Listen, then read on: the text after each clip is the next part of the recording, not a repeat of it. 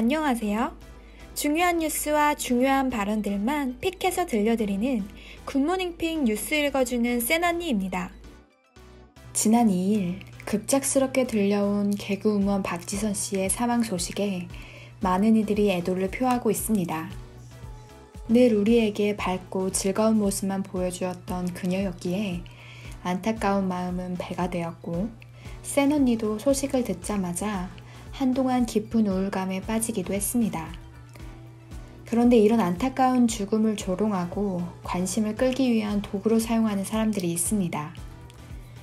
이들의 모습을 보면서 정말 많은 사람들이 끓어오르는 분노를 표하고 있는데요. 대표적으로 62만 명의 유튜브 구독자를 갖고 있는 가로세로 연구소가 그러했습니다. 가세연은 지난 2일 오후 화장 못하는 박지선이라는 제목을 크게 달며 고인의 사진을 썸네일로 활용했습니다. 고인의 사망 소식이 알려진 지 몇 시간이 지나지 않았음에도 불구하고 고인의 사진을 크게 달며 일종의 어그로를 끈 것입니다. 네티즌들은 즉각 비난하고 나섰습니다. 인간으로서 최소한의 예의도 망각한 행태라면서 말입니다.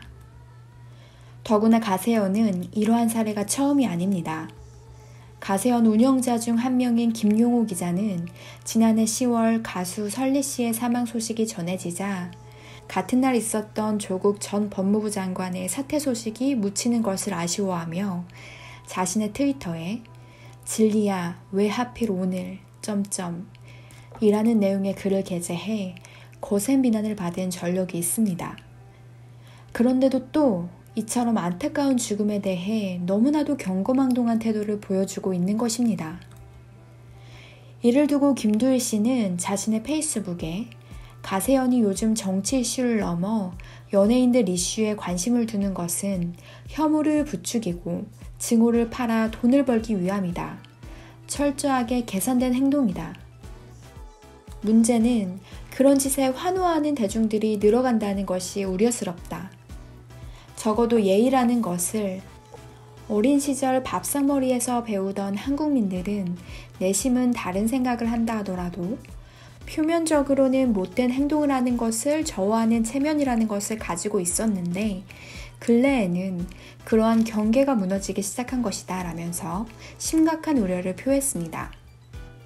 또한 김두일 씨는 같은 논리로 조선일보 또한 지적했습니다.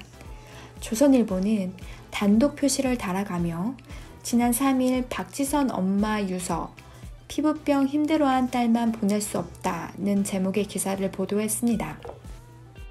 이 기사는 박지선 씨의 모친의 유서 내용을 공개하는 내용이었습니다.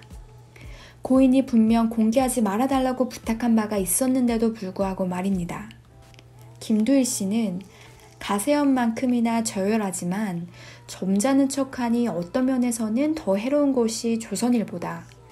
인간성 상실의 시대를 만드는데 가장 앞장서는 곳 중에서 조선일보와 가세연은 으뜸이라고 할 수 있다고 꼬집었습니다. 그러면서 나는 혐오를 혐오한다. 하지만 혐오를 팔아 돈벌이에 이용하는 이들은 혐오하지 않을 수가 없다. 가세연과 조선일보다. 나는 증오를 증오한다. 하지만 증오를 팔아 돈벌이에 이용하는 이들은 증오할 것이다.